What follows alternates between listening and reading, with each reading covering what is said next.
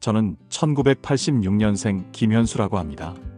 지금은 결혼 8년 차 7살 아들의 아빠로 살고 있지만 이 이야기는 2015년으로 거슬러 올라갑니다. 29, 인생이 막 성숙을 흉내내던 나이. 그해 저는 제 삶의 방향을 바꿔놓을 사람을 만났습니다. 그 무렵 저는 엔지니어가 되기 위해 준비 중이었습니다. 작은 공장에서 계약직으로 일하며 현장 경험을 채우고 퇴근하면 자격증 책을 붙들고 있었습니다. 손에 잡히는 돈은 많지 않았고 미래는 늘 안개처럼 흐렸습니다. 그래도 언젠가 제자리 하나쯤은 생기겠지. 그렇게 스스로를 달래며 하루를 버텼습니다. 소개팅은 큰 기대가 없었습니다. 이런저런 만남이 길게 이어진 적이 드물었거든요. 그런데 그날 동갑내기 유치원 교사를 만났습니다. 첫인상은 차분함이었습니다. 말투는 또렷했고 얼굴에는 하루 종일 아이들과 지내며 얻은 부드러운 표정이 배어 있었습니다. 저는 괜히 어깨에 힘이 빠졌습니다. 이 사람 앞에서는 공연히 허세를 부릴 필요가 없겠다. 그런 마음이 들었습니다. 카페에서 마주 앉아 차를 마셨습니다. 저는 제가 일하는 작은 공장 이야기를 했고 아내는 아이들이 가끔 건네는 그림 한 장에 하루 피로가 다 풀린다는 얘기를 했습니다. 주제는 대단할 것 없었지만 대화는 뜻밖의 매끄럽게 흘렀습니다.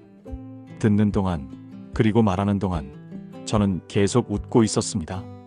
그러다 문득 깨달았습니다. 오랜만에 편했습니다. 저희 부부의 연애는 특별히 화려하지 않았습니다. 형편을 서로 잘 알고 있었기 때문에 오히려 편하게 지낼 수 있었습니다. 저는 사회초년생이라 가진 게 거의 없었고 아내 역시 유치원 교사 월급으로 빠듯하게 살아가고 있었습니다. 그래도 데이트를 하면 늘 웃음이 있었고 그게 전부였습니다. 주말이면 근처 공원에 가서 산책을 하고 집에서 김밥이나 간단한 도시락을 싸서 벤치에 앉아 나눠 먹었습니다. 돈이 없어 해외여행은 꿈도 못 꾸었고 국내 여행조차 쉽지 않았지만 1년에 한두 번은 저렴한 펜션을 잡아 바닷가나 산으로 떠났습니다. 좁은 방에서 컵라면을 먹으며 함께 웃던 그 순간들이 아직도 선명합니다.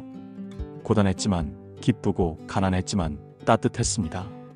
연애 2년쯤 되었을 때 결혼 이야기가 자연스럽게 오갔습니다. 저는 아직 제 일을 직업이라 부르기 민망했습니다. 그래도 마음은 분명했습니다. 아내와 함께 살고 싶었죠. 아내도 말했습니다. 가진 건 없어도 같이 합쳐 살면 되잖아요. 그 말이 제 마음 한가운데 내려앉았습니다. 그렇게 2017년에 저희 부부는 결혼했습니다. 둘 다 가진 것 없었기에 결혼식은 생략했습니다. 보여줄 예산도 보여줄 이유도 없었죠. 주변 친구들은 놀라기도 했고 신기해하기도 했습니다. 누군가는 농담처럼 너희 진짜 큰 결정했다라고 말했고 또 다른 친구는 대단하다. 진짜 사랑으로 결혼하는 거네라고 진심을 전했습니다. 저는 그 말들이 좋았습니다. 우리의 선택을 가볍게 여기지 않는다는 느낌이 들었거든요. 결혼식을 하지 않은 데는 이유가 있었습니다. 양가가 도와줄 형편이 아니었습니다. 제 아버지는 제가 어릴 때 교통사고로 돌아가셨고 어머니는 홀로 마트에서 일하며 저를 키우셨습니다. 아내의 집안도 크게 다르지 않았습니다. 부모님은 일찍 이혼하셨고 아내의 아버지는 재혼 후 연락이 끊겼다고 했고 장모님은 식당에서 일하며 아내를 키우셨습니다. 두 집안 모두 마음은 넉넉했지만 주머니는 넉넉하지 못했습니다. 결국 저희 부부는 스스로 모든 걸 해결해야 했죠. 그때 저희 부부가 가진 돈은 합쳐서 2천만 원 남짓이었습니다. 신혼집은 보증금 3천만 원짜리 반전세 원룸을 구했습니다. 모자란 1천만 원은 은행 대출을 받아 맞췄습니다. 결혼 시작부터 빚을 안고 출발한다는 사실이 조금 아릿했지만 그것이 저희 부부를 작아지게 만들진 못했습니다. 원룸은 작은 방 하나에 부엌이 붙어있는 구조였습니다. 현관문을 열면 싱크대와 냄비가 먼저 눈에 들어오고 두세 걸음 옮기면 바로 침대였습니다. 거실이라고 부를 만한 공간은 없었고 빨래를 널면 방 안 공기가 눅눅해졌습니다. 겨울이면 창문 틈새로 바람이 스며들어 전기장판 위에서 몸을 둥글게 말았고 여름이면 에어컨이 버거운 소리를 내며 돌아갔습니다. 그럼에도 불구하고 저희 부부는 그곳에서 저녁을 같이 먹고 작은 테이블에 팔꿈치를 괴고 하루를 나눴습니다. 저녁에 라면을 끓이면 방 안가득 스프 냄새가 돌았고 그 냄새로도 웃었습니다. 휴일 아침 작은 창으로 들어오는 햇빛자리에 이불을 끌어다 놓고 같이 낮잠을 잤습니다. 세탁기가 멈추면 둘이서 빨래를 개며 쓸데없는 이야기로 시간을 늘렸습니다. 다시 돌아가 살고 싶냐고 묻는다면 솔직히 그렇진 않습니다. 하지만 그 시절은 그 시절대로 나름의 추억으로 남아 있습니다.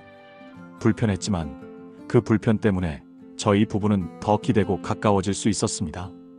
결혼 첫 해 저희 부부의 목표는 단순했습니다. 은행에서 빌린 1,000만 원을 갚는 것, 그리고 조금이라도 저축을 시작하는 것이었습니다. 가진 게 적었으니 빚을 먼저 정리하고 싶었고, 적더라도 저희 부부 힘으로 모은 돈을 쌓아 올리고 싶었습니다.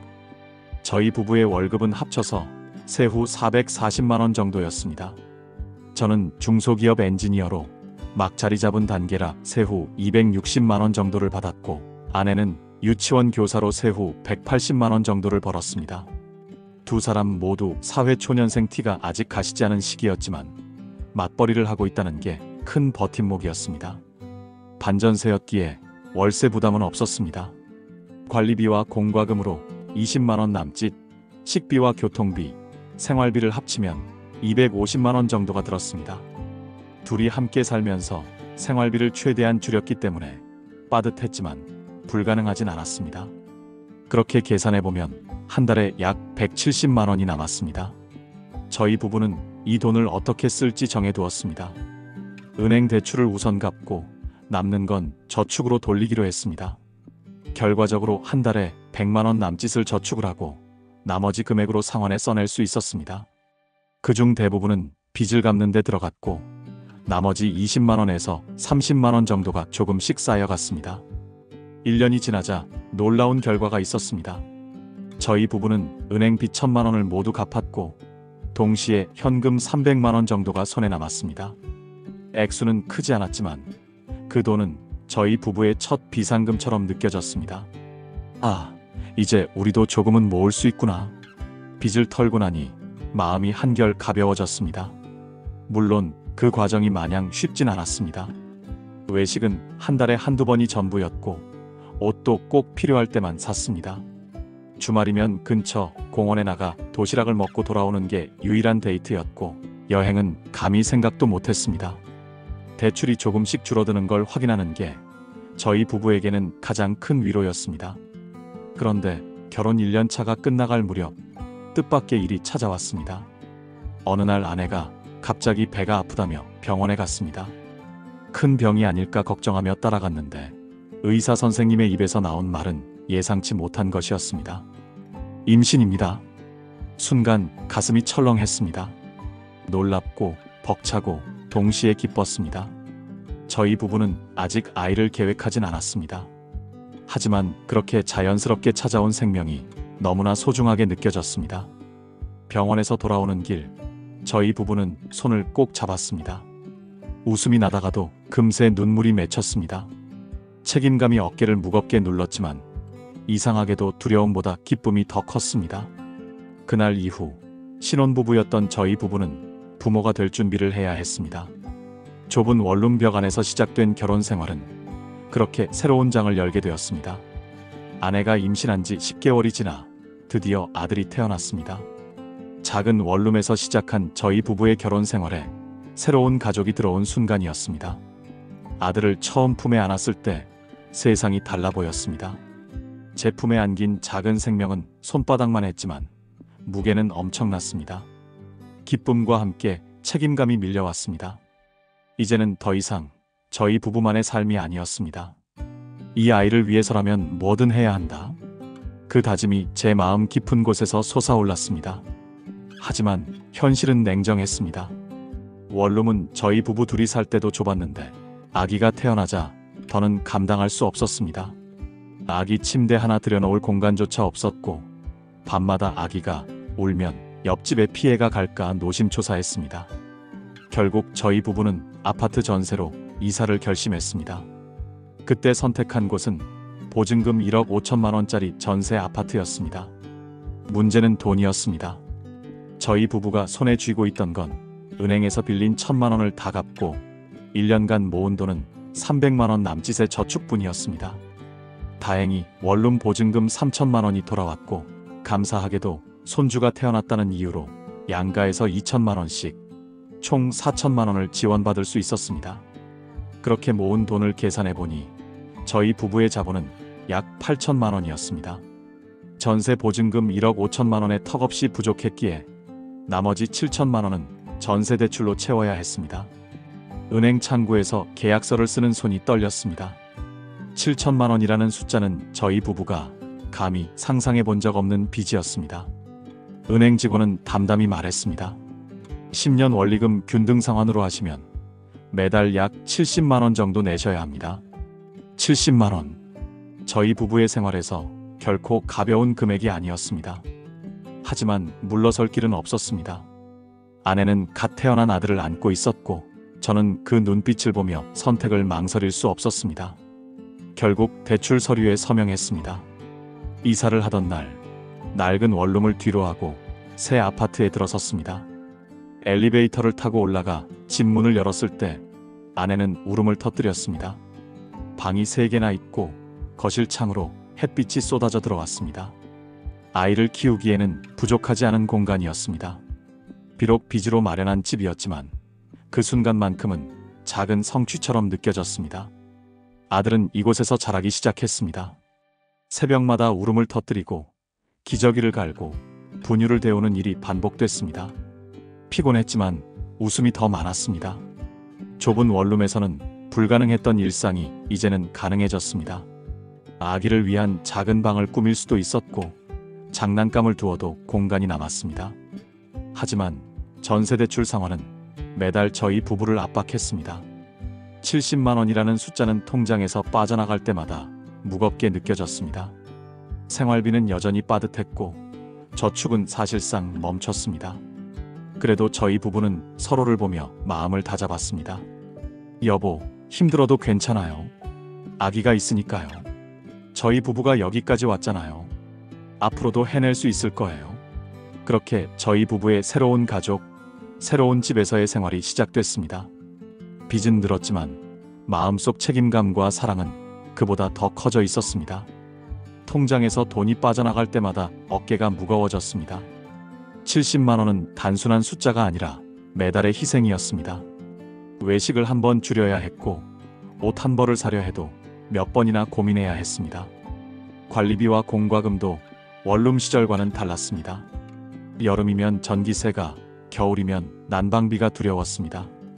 여기에 자동차 유지비, 각종 보험료까지 더해지니 월급은 늘 모자랐습니다.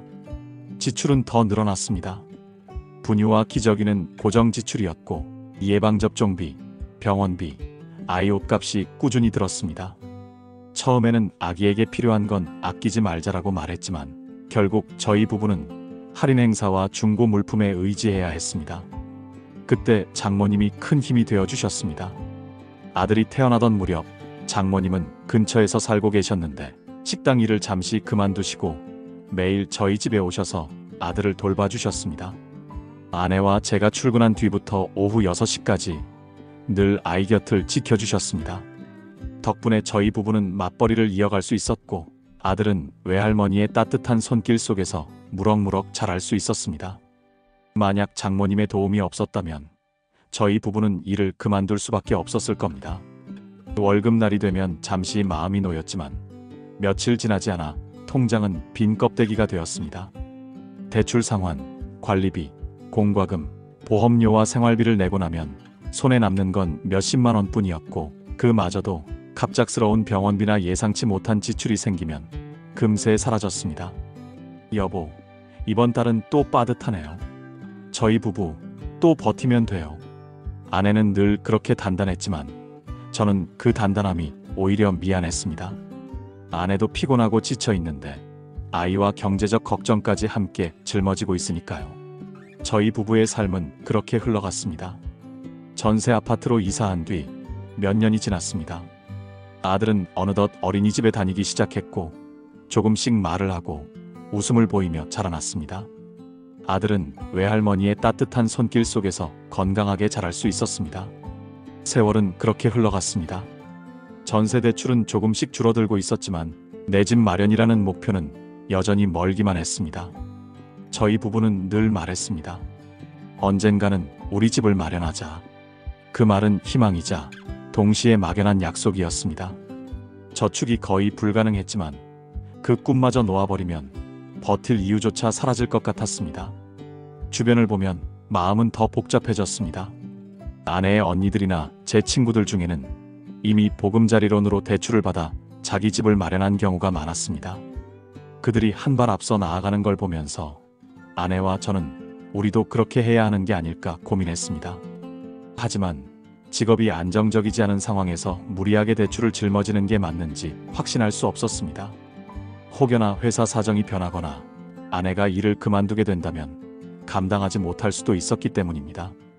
그래서 저희 부부는 결국 조금 더 상황을 보자며 고민만 이어갔습니다. 세월은 참 빠릅니다. 아들이 벌써 7살이 되어 초등학교 입학을 앞두고 있었습니다. 어린이집에 처음 맡길 때만 해도 한참 멀게만 느껴졌던 일이었는데 이제는 학교에 갈 날이 눈앞으로 다가왔습니다. 아들의 초등학교 입학은 저희 부부에게 기쁨이자 또 다른 고민이기도 했습니다. 무엇보다 학군 문제가 현실로 다가왔습니다. 주변 친구들이나 아내의 언니들은 이미 몇 년 전부터 아이 학교를 고려해 집을 마련했습니다. 초등학교는 어디로 보낼 거냐는 말이 나올 때마다 저희 부부는 대답을 망설였습니다. 여전히 전세살이에 이사 걱정까지 안고 있었기 때문입니다. 전세 계약 만기일도 다가오고 있었습니다. 집주인이 언제 마음을 바꿀지 모른다는 불안은 늘 있었고 아들이 학교에 들어가는 시점과 맞물려 저희 부부의 마음은 더 무거워졌습니다. 혹시라도 계약이 연장되지 않으면 이사와 동시에 아이 학교 문제까지 겹치겠구나 하는 두려움이 있었습니다. 그럼에도 불구하고 저희 부부는 이번에는 기회를 잡아야 하지 않겠냐는 생각을 조금씩 품기 시작했습니다.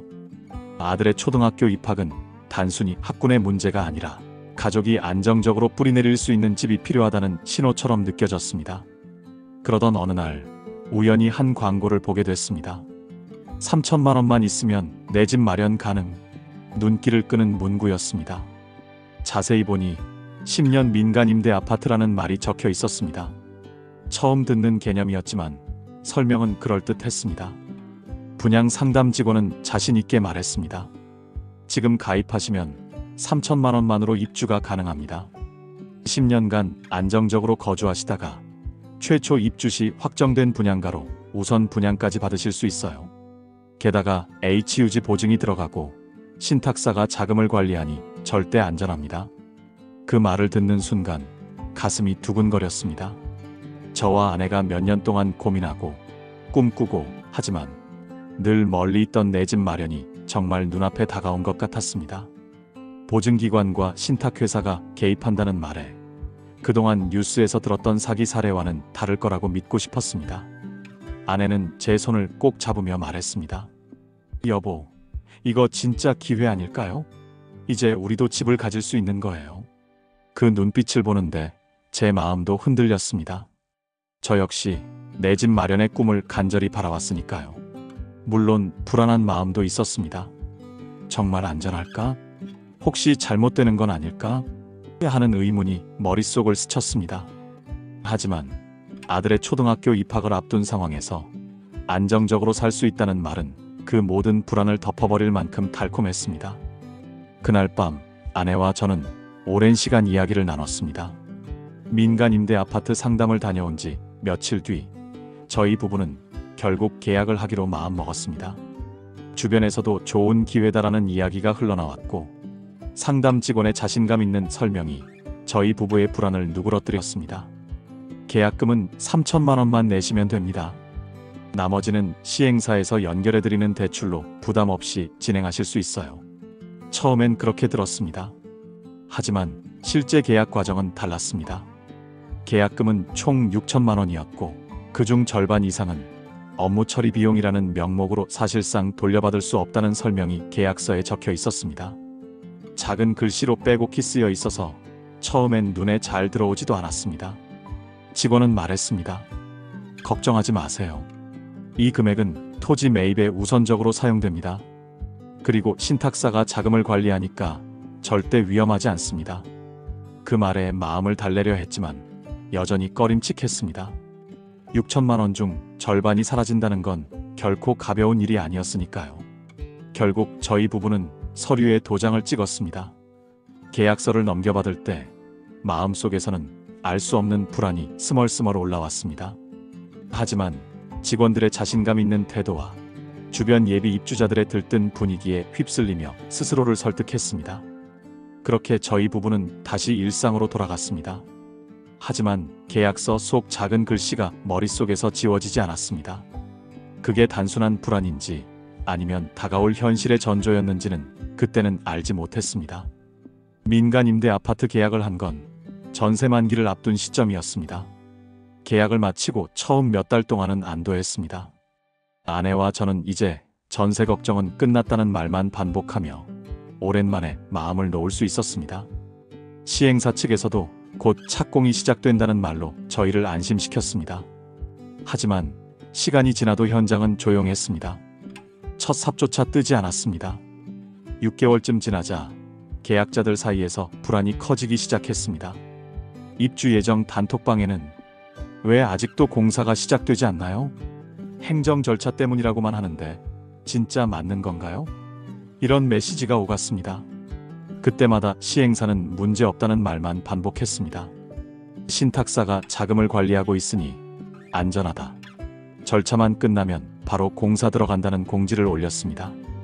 하지만 불안은 점점 지워지지 않았습니다. 전세 만기일은 다가오고 있었고 저희 부부는 당장 이사를 해야 할지도 모른다는 걱정에 밤마다 대화를 이어갔습니다. 그러던 어느 날 인터넷 뉴스에서 눈에 띄는 제목이 보였습니다. 민간 임대 아파트 피해주의보라는 문구였습니다.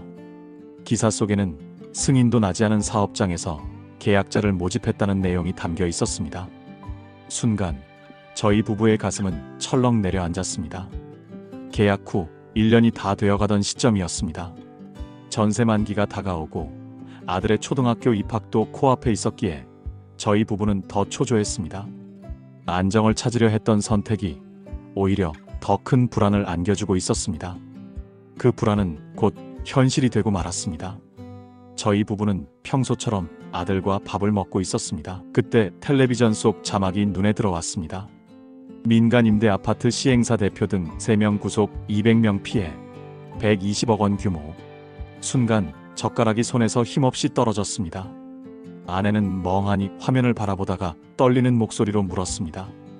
여보, 저기 나오는 회사 우리랑 같은 곳 맞죠? 뉴스 화면에는 경찰차에 태워지는 사람들의 모습이 나왔고 기자의 목소리가 이어졌습니다. 경찰은 민간 임대 아파트를 짓는다며 조합원을 모집해 수백억 원을 가로챈 혐의로 시행사 대표와 관계자들을 구속 송치했습니다. 그 순간 머릿속이 새하얘졌습니다. 설마 했던 두려움이 현실이 되어 눈앞에 펼쳐지고 있었습니다. 휴대폰을 켜니 계약자 단톡방은 아수라장이었습니다. 분노와 절망, 울분이 뒤섞인 메시지들이 쉴 새 없이 올라왔습니다. 아내는 아이를 끌어안은 채 눈물을 터뜨렸습니다. 저는 아무 말도 할 수 없었습니다. 내 집 마련의 희망이 무너져 내린 자리엔 깊은 상처와 공허함만이 남아 있었습니다. 며칠 동안 충격에서 벗어나지 못했지만 저희 부부는 결국 피해자 모임에 이름을 올렸습니다. 경찰 조사에서 피해 사실을 진술했고 민사소송 이야기도 나왔습니다. 하지만 변호사들은 결과를 장담할 수 없다고 했습니다. 오히려 시간과 비용만 더 들 수 있다는 말이 이어졌습니다. 그 과정에서 알게 된 사실은 더 충격적이었습니다. 저희가 계약한 사업만의 문제가 아니었습니다. 이미 다른 지역에서도 같은 수법으로 사기를 치다 고소를 당했고 그 여파로 이번 구속이 이루어진 것이었습니다. 결국 피해가 눈덩이처럼 불어나서야 세상에 드러난 것이었습니다. 피해자 모임에서 만난 사람들의 얼굴은 모두 저희와 같았습니다. 은퇴 자금을 몽땅 잃은 어르신, 전세 보증금을 털어넣은 젊은 부부, 겨우 결혼한 신혼부부까지. 사연은 달랐지만 상처의 무게는 같았습니다. 모두가 분노했고 모두가 지쳐 있었습니다. 저희 부부 역시 민사 절차를 고민했지만 점점 체념하게 되었습니다. 싸움은 길고 결과는 불투명했습니다. 억울함은 남았지만 하루하루 살아내는 것만으로도 벅찼습니다. 시간은 흘렀지만 돈은 돌아오지 않았습니다. 범인이 구속되었다는 사실이 작은 위안이 될 줄 알았지만 현실은 달라지지 않았습니다. 저희 부부가 잃은 6천만 원은 여전히 돌아오지 않았고 남은 건 허탈함 뿐이었습니다. 아내는 어느 날 밤 깊은 한숨을 내쉬며 말했습니다. 여보, 결국 우리한테 남은 건 상처뿐이네요. 저는 대답 대신 아내의 손을 잡았습니다. 아이가 옆에서 잠들어 있는 모습을 바라보며 그래도 다시 살아내야 한다고 마음속으로 다짐했습니다. 희망은 부서졌지만 저희 부부에겐 지켜야 할 가정이 있었으니까요. 민간 임대 아파트라는 이름 아래 시작된 꿈은 그렇게 끝나버렸습니다. 기사는 쏟아졌고 피해자들은 흩어졌습니다. 범인은 구속되었지만 저희에게 돌아온 건 없었습니다. 그래도 저희 부부는 오늘도 출근을 하고 아이를 학교에 보내며 하루를 살아갑니다. 상처가 아물지 않아도 다시 웃을 수밖에 없습니다. 삶은 멈추지 않으니까요. 여러분도 조심하세요. 달콤한 말 뒤에 숨은 함정은 언제든 우리의 삶을 무너뜨릴 수 있습니다.